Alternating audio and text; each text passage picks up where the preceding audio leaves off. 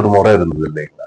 இப்ப நான் வந்து 80s டைம்ல 90s டைம்ல எல்லாம் வந்து இந்த பத்திரக்காரங்க எல்லாம் ரொம்ப டீசனாவே இருந்தது. இந்த மாதிரி கேள்வி கேட்கறது இல்ல.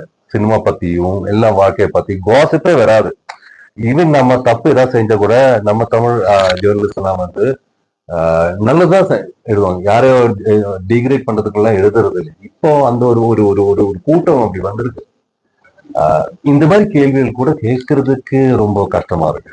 அது பொம்பளா இருந்தாலும் சரி, ஆம்பளா இருந்தாலும் சரி. What is that related to the work movie? உங்க வெயிட் என்ன, அதாவது பாடி ஷேம் பண்ற மாதிரி தானே. அது தேவையில்லை. ஏதோ நம்ம ஒரு கேரக்டர் பண்ணி அந்த கேரக்டருக்காக நம்ம வெயிட்டை குறைச்சோ, நாம இவ்வளவு இருந்தோம் இது இருந்தோம் அதை பத்தி கேட்கலாம். அது ஓகே. திடீர்னு அது சரி இல்லைன்னு நினைக்கிறேன். It's not nice. கண்டம்னா எப்படி?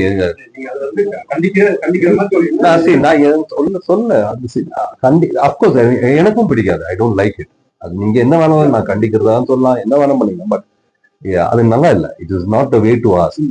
அது ஒருத்தர் செஞ்சது உங்களுக்கெல்லாம் இப்ப நாளைக்கு நீங்க எல்லாம் இப்படிதான்ங்கிறது என்னோட இம்ப்ரெஷன் இருக்கும்.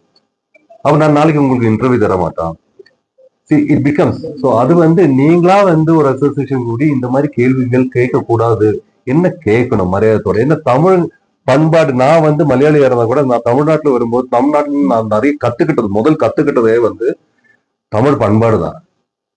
மற்ற லாங்குவேஜை விட இங்க எனக்கு தெரியும். நான் அதை எப்படி எக்ஸ்பிளைன் பண்ணணும் எனக்கு தெரியாது. அந்த ஒரு ஒரு பண்பாடு அது நம்ம மெயின்டைன் பண்ணிட்டு இருக்கணும். பட் காலம் போக போக போக கொஞ்சம் மாறிக்கிட்டே இருக்கு. எடுத்து